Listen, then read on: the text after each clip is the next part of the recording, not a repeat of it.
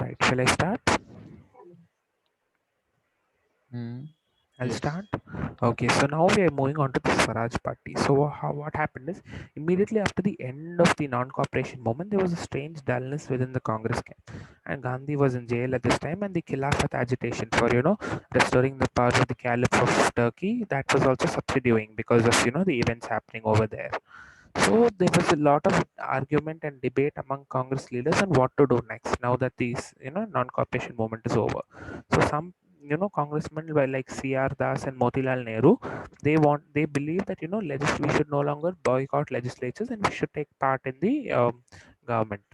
And they were known as they were called as the pro changers. The others like Sardar Patel, Rajendra Prasad, and all, they believe that we should continue to boycott the councils and we should carry our struggle from the outside. So in the 1922 December session of the Congress, it was held at Gaya. You know, the party came to a resolution that they would continue to boycott the council entry proposal. Like they would not enter councils. So immediately after the session, many of the distinguished congressmen established a Swaraj party within the Congress. So at that time, the Congress it was like a huge blanket organization under which there were so many factions and all participating. And the Swaraj party became another faction in this. C.R. Das was the first president of the Swaraj party, and Motilal Nehru became its secretary.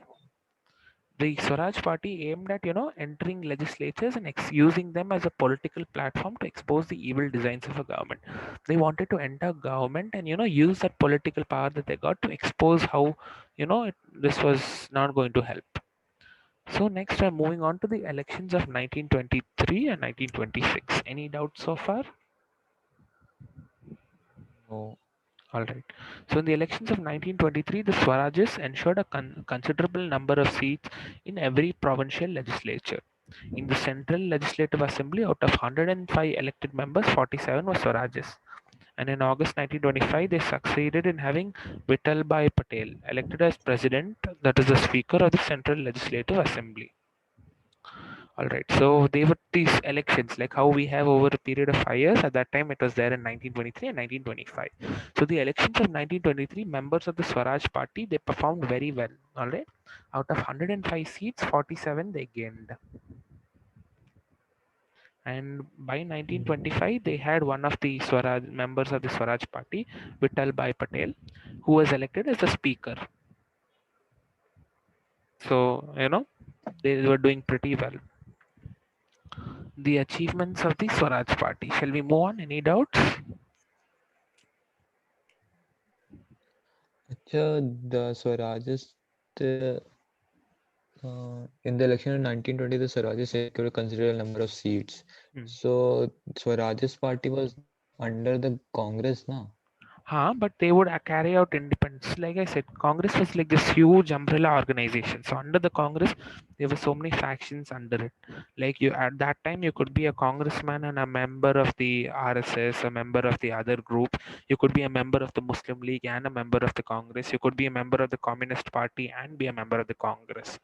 So at that time, the Congress was a huge organization. Oh, So under the Congress, Swaraj Party was just like a separate faction formed, and they were the ones who wanted to contest elections. All right, and this is what happened when they contested.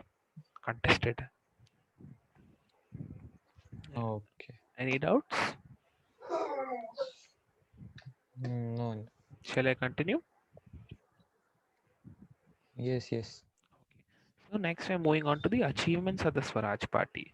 So the Swaraj Party, Swarajes failed to bring the government to a standstill, right? Like they failed to, achieve what they want. They wanted the government to come to a standstill, but they drew attention of the government to some vital problems, such as improving conditions of the workers, reducing taxes, etc. And they missed out no opportunity to attack, anti-people policies of the government. So this is what they achieved in their fight. Any doubts? Shall I move on? Yes. Okay. Next we move on to Simon Commission. Okay, the purpose of the commission, first one. So the Act of 1919, the Government of India Act of 1919 had provided for the appointment of a commission to inquire into the working of the reforms introduced by it. So accordingly, a commission with Sir John Simon as president was appointed in 1927. The seven members of it were all British. All parties in India protested against the all British compulsory. So under the Act of 1919, there was a provision wherein a commission would be formed to inquire and to check if how the reforms of the government and all are working out. So in 1927, a commission was appointed with the president as Sir John Simon. So all the parties in India protested against this because all seven members of it were British. So they felt that there would be a bias since there are no Indians on the commission. Okay, Hmm. yeah. Next one is reaction against the Simon Commission. The Simon Commission landed in Mumbai on the 3rd of February 1928. That day was observed throughout the country as a day of strikes, which are hartals and hostile demonstrations. The whole country rang with the slogan "Simon, go back." One of the numerous protests and demonstrations, the one at Lahore on the 30th of October 1928, took a serious turn. Lala Lajpat Rai was brutally assaulted by a British sergeant. He sustained injuries from which he could not recover. Lala Lajpat Rai's death on 17th November 1928 spread shockwaves throughout the country. Police officer Saunders, who was responsible for the assault on Lalaji, was later shot dead by the great revolutionaries Bhagat Singh and Rajguru. So yes, so when the commission landed on Mumbai on the 3rd of February 1928, there were huge protests going on throughout the country. It was a day full of hartals and demonstrations. So the whole time they were using slogans like "Simon, go back." So on the 30th of October 1928, there was a protest going on in Lahore, during which a British sergeant, a police officer, he assaulted Lala Lajpat Rai, and Lala Lajpat Rai was beaten up so brutally he could not recover from his injuries, and he passed away on the 17th of November 1928. So this was a huge shockwave because he was one of the biggest, freedom fighters in India at that time. And the person who was responsible, his name was Saunders. He was murdered by Bhagat Singh and Rajguru, who was members of the HSRA. Any doubts? Mm, Hmm? no. Okay. So, what were the recommendations of this commission? So, once this commission went back, it submitted its report in 1930. Its you know, the four main recommendations are: first one is diarchy should be given up. The system of dual governance should be given up, and provincial legislative councils should be enlarged. They should be made bigger. Second one, a federation representing both British India and the princely states was sought to be set up. So India at that time was not completely under the British Empire. I think I told you. No? There were only certain parts of India You which are told this. direct British rule, and the others were ruled by the local leaders. So they wanted, a federation merging both, representing both British India and the princely states. The third one was, um, it stated that the Viceroy's executive council. So the Viceroy was like the Queen's representative in India. His entire cabinet should not be made responsible to popularly elected legislature. So they didn't want the Viceroy's cabinet to be, answerable or responsible towards the parliament. And the fourth one, uh, and the fourth one was they wanted communal Can you explain the third point again? Yeah. So the viceroy was like, the queen's representative in India. So the queen sent, people to represent her in different parts of the colonized world. So in India, the viceroy was, like you could say the queen's ambassador in India. And along with him, he brought a government. All right. Not a government, sorry, a cabinet full of ministers. So one of the proposals was, this the queen's representative and his cabinet should not be made answerable or responsible to the elected legislature.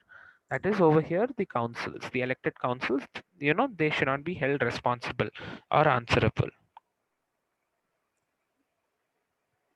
Any doubts? Hello? Huh? Are you there? Yes, I'm here. What happened? I asked, do you have any doubts? Oh, your voice broke, like. Acha, any doubts? No, no, Hello. no. All right. Continue. All right. So then, um, fourth one is communal representation. So for Muslims to be continued. So at that time, there were also reservation of seats based on religion. So in areas where, Muslim population was like, the seats were reserved only for Muslims. So all political parties condemn the, um, condemned the report as partial and inadequate. But the Nehru report and later the civil disobedience movement were two important offshoots of the Simon Convention's recommendations. So after the recommendations were made, all the political parties, condemned it and said, it's very partial, inadequate. It doesn't, address our major grievances. But there were two major offshoots, that side effects that came from the commission's reports, which we are going to study now. All right. So So why these proposals were made? to help in improving governance in India and all that for by the British. Hmm. Yeah. Okay. So shall we move on to the Nehru report? Yeah. All right. So an all-party conference was held in Mumbai on the 1928 May. All right. The conference appointed a committee with Pandit Motilal Nehru as the chairman to frame a constitution for India. So at this time there was going to be a draft constitution made. The first one is the report recommended a federal setup for India. That is, linking up the princely states with British India. So they wanted it to be joined completely, like, to be merged. Second is, it proposed joint electorates with the reservation of seats for minorities in the legislatures. That is, reservation of seats. Joint electorates is basically, two people will be elected from one thing, and one is for the reserved minority and one is generally. Fun fact, that's just uh, sorry, any doubt? No. All right, so at that time, the reserved electorate You were system. telling some fact. Yeah, so until I think the 1960 62, I think, yeah, 62 election in India, we used the system of joint electorates. That is, it was not complete reservation. So every, like how every constituency we have, they would, if there was, a minority or something, if it was to be reserved, there would be two people over there. Like one would be a representative of the minority community, and the other would be, a general one. Right, I'll just show you once. It's good to know all these things, like, you shouldn't have a doubt on all that, and it's also like general knowledge. So Hmm.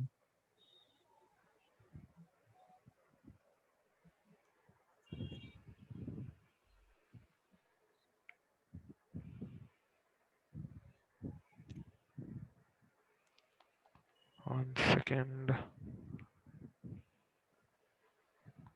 Joint electorate, sorry, not reserved electorates.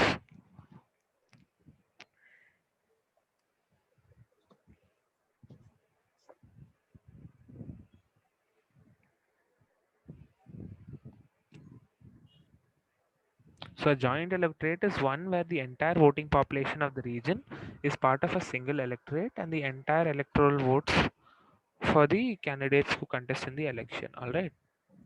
So 1 second.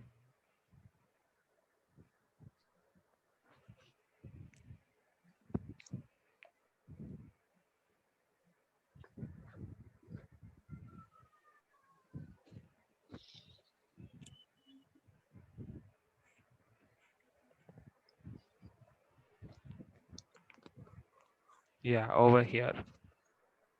So there would be more multiple candidates, you know um, elected per constituency, and then there would be an election for them at the joint electorate. Any doubts?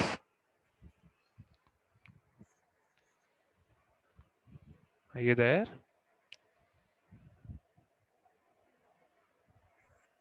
Hello. Hello, Hello. Nitin. Huh. I'm Any coming in 5 minutes now. okay, fine. All right. So you got what a joint electorate is. One of backward class is elected and other So one is of general class.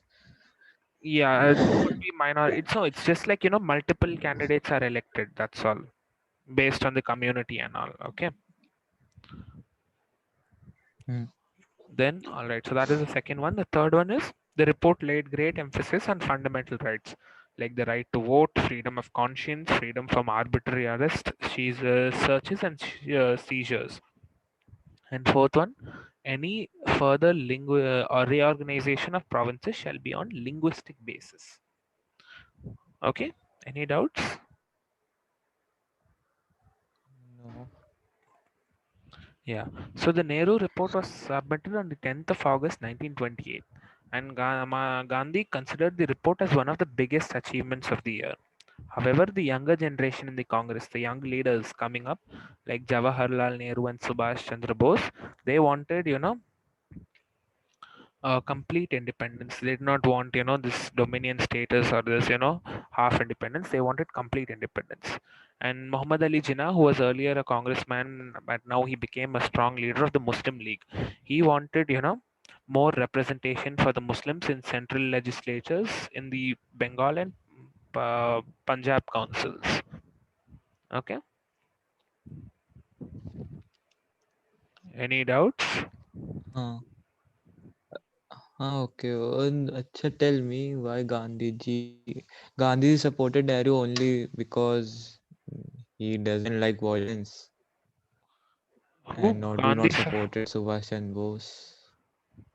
Yeah, you could say that because he was worried about the growing influence Bose had on the Congress, and that's why when Bose was elected for the second term as Congress president, Gandhi, tried to talk to the committee and all that, and many of them resigned. Hence, Bose, he gave his resignation and left the Congress.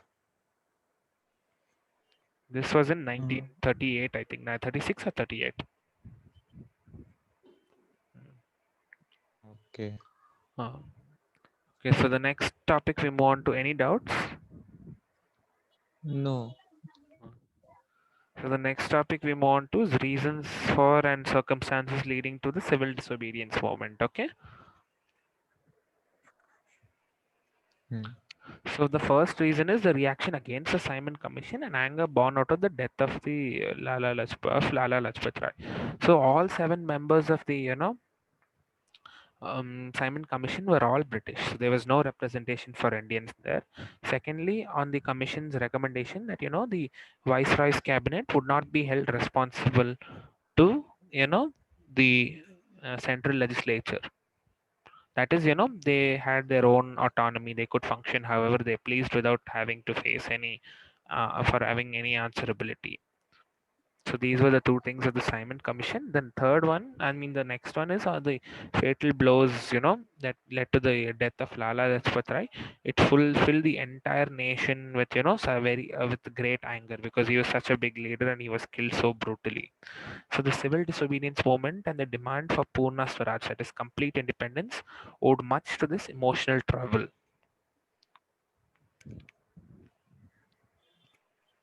Okay, shall we move on? हाँ So the next one was the Nehru report. So the Nehru report had declared that India's immediate objective should be an attainment of dominion status. So dominion meant like a self-governing country which was part of the British Commonwealth. Like for example, Canada was earlier a British colony. It became a dominion in somewhere in the 1900s, if I'm not wrong.